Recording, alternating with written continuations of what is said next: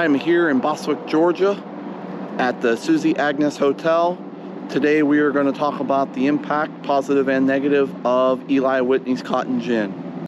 Cotton has been used as a fabric for thousands of years.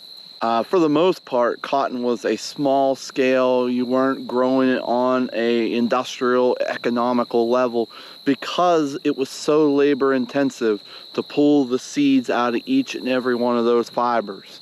That changed in 1793 when Eli Whitney invented a machine called the cotton gin, which is short for cotton engine. And this machine pulled the seeds out of the cotton fibers, and this had a huge impact on the South, on Georgia, both positive and negative.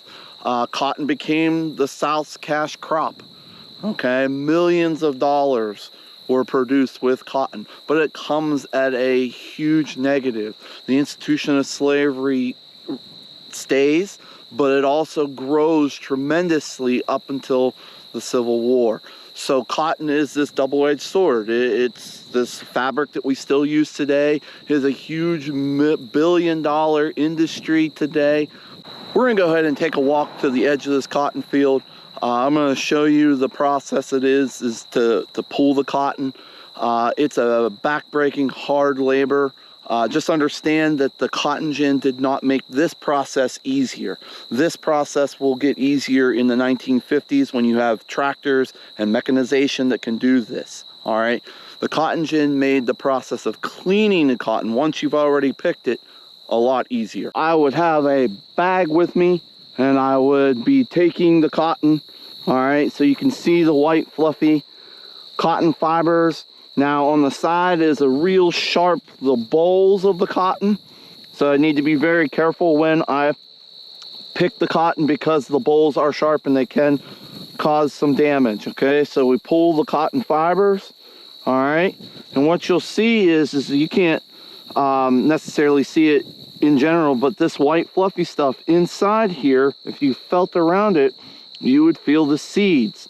And I have to pick, in order to clean this so it's ready for fiber, I would have to pick this by hand and pull one of these seeds out. Okay, so I'm trying to do that now, and you can tell it's taking some time to do that. So I picked one out. All right, so the rest I would still have to do. It would take someone 8 hours to pick a pound of this. All right, and cotton's pretty light. If I flew it up in the air, look, see, there it went. It blew away. All right, it would take 8 hours to pick a pound of cotton. The cotton gin multiplied that, and now you could clean a pound of cotton in 50 pounds of cotton in a day.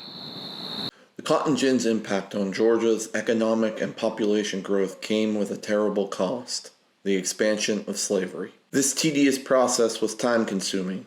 Most farmers could not clean more than a pound of cotton a day, but Whitney's cotton gin made it capable of removing the seeds from up to 50 pounds of cotton a day. Due to the machine's efficiency, the growth of cotton became profitable in Georgia and the rest of the South. This led to westward expansion as farmers sought land capable of producing the crop, which would lead to the removal of the Creeks and the Cherokee. More the Creek because the Creek land was in good cotton growing land. The gold rushes are going to remove the Cherokee up in North Georgia.